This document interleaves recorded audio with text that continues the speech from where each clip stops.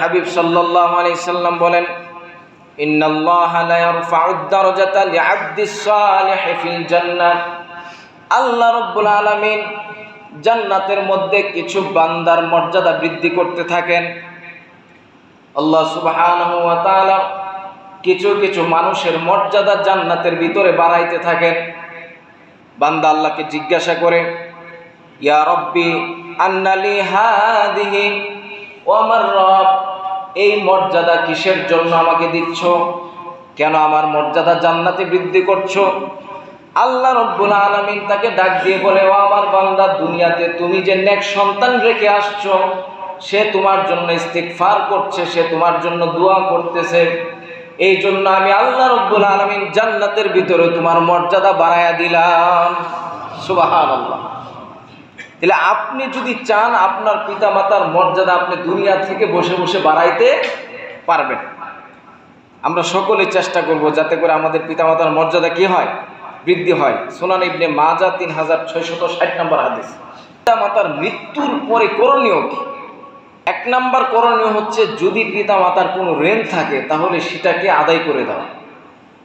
2 নম্বর করণীয় হচ্ছে, যদি পিতামাতা ওসিয়ত করে থাকে, মানে সঠিক ওসিয়তের মধ্যে আবার গাবলা থাকে, সব ওসিয়ত করা যাবে না সম্পদের, 3 ভাগের 1 ভাগ ওসিয়ত করা যাবে। তো এরকম যদি সহি ওসিয়ত থাকে সেটাকে পূর্ণ করা।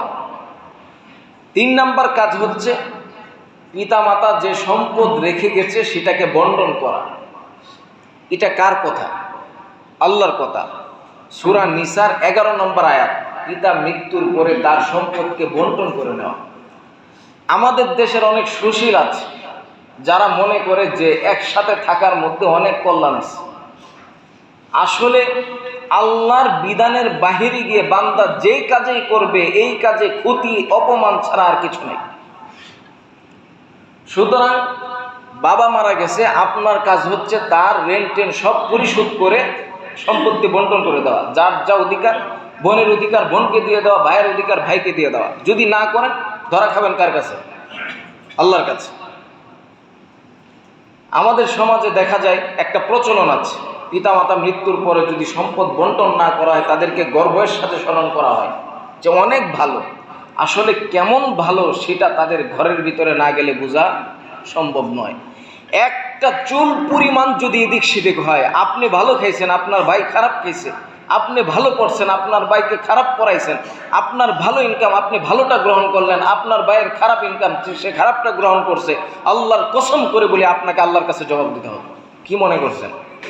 ইসলাম পালন করলে সহজ, না পালন করলে কঠিন হয়ে যায়। এই জন্য এটা হচ্ছে আমাদের কর্তব্য দায়িত্ব যে পিতার মৃত্যুর পরে তার সম্পদ কি করে দেওয়া? বন্টন করে দেওয়া। এবং পিতামাতার মৃত্যুর পরে তাদের জন্য দোয়া করা, বেশি বেশি দোয়া করা আল্লাহর কাছে, যে আল্লাহ, আমার বাবা মারা গেছে, আমার মা মারা গেছে, তারা আমাকে যেভাবে লালন পালন করছে, তুমিও তাদেরকে জান্নাতে সেভাবে লালন পালন করো।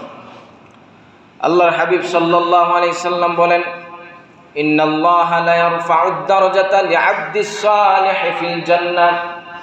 আল্লাহ রাব্বুল আলামিন জান্নাতের মধ্যে কিছু বান্দার মর্যাদা বৃদ্ধি করতে থাকেন। আল্লাহ সুবহানাহু ওয়া তাআলা কিছু কিছু মানুষের মর্যাদা জান্নাতের ভিতরে বাড়াইতে থাকেন। বান্দা আল্লাহকে জিজ্ঞাসা করে, ইয়া রব্বি আন্না লি হাদিহি, ও আমার রব, এই মর্যাদা কিসের জন্য আমাকে দিচ্ছ? কেন আমার মর্যাদা জান্নাতে বৃদ্ধি করছো? আল্লাহ রাব্বুল আলামিন তাকে ডাক দিয়ে বলে, ও আমার বান্দা, দুনিয়াতে তুমি যে নেক সন্তান রেখে আসছো, সে তোমার জন্য ইস্তিগফার করছে, সে তোমার জন্য দোয়া করতেছে। এই জন্য আমি আল্লাহ রাব্বুল আলামিন জান্নাতের ভিতরে তোমার মর্যাদা বাড়ায়া দিলাম। সুবহানাল্লাহ। তাহলে আপনি যদি চান আপনার পিতামাতার মর্যাদা আপনি দুনিয়া থেকে বসে বসে বাড়াইতে পারবেন। আমরা সকলে চেষ্টা করব যাতে করে আমাদের পিতামাতার মর্যাদা কি হয়? বৃদ্ধি হয়। সুনান ইবনে মাজাহ 3660 নম্বর হাদিস।